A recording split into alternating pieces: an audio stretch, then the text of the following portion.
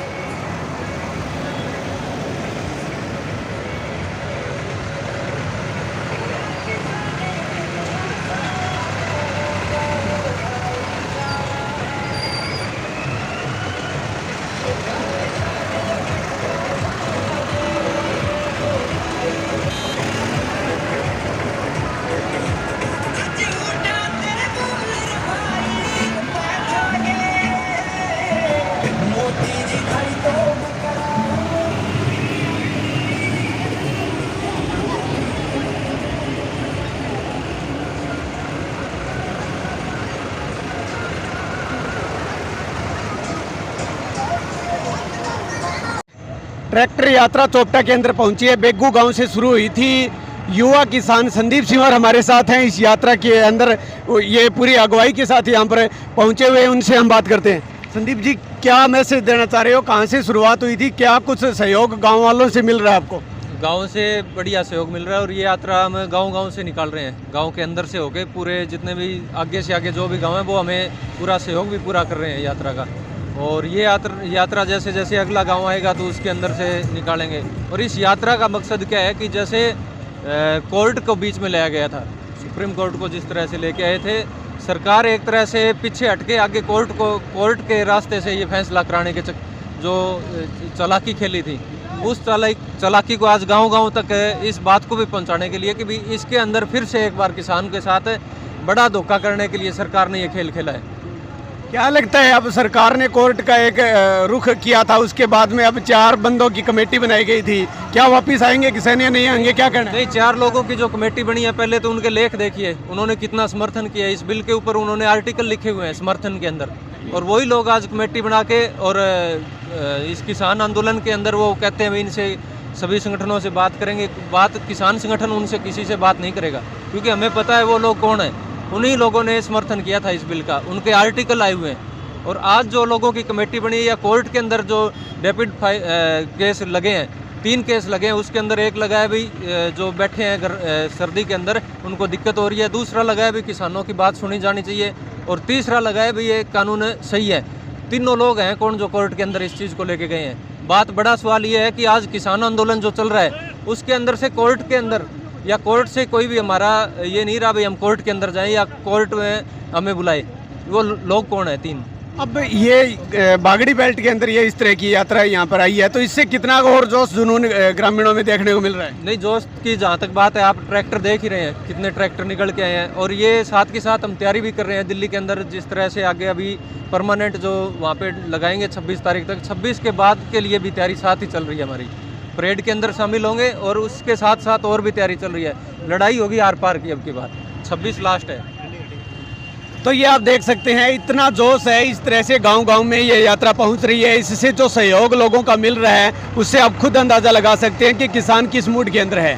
अब देखना ये होगा कि क्या सरकार पे इस तरह की जो यात्रा गांव में निकल रही है उससे दबाव बनता है या इसके लिए और ज़्यादा संघर्ष इन किसानों को करना पड़ेगा। अपनी न्यूज़ के लिए कैमरामैन सतवीर के साथ हनुमान पूनिया।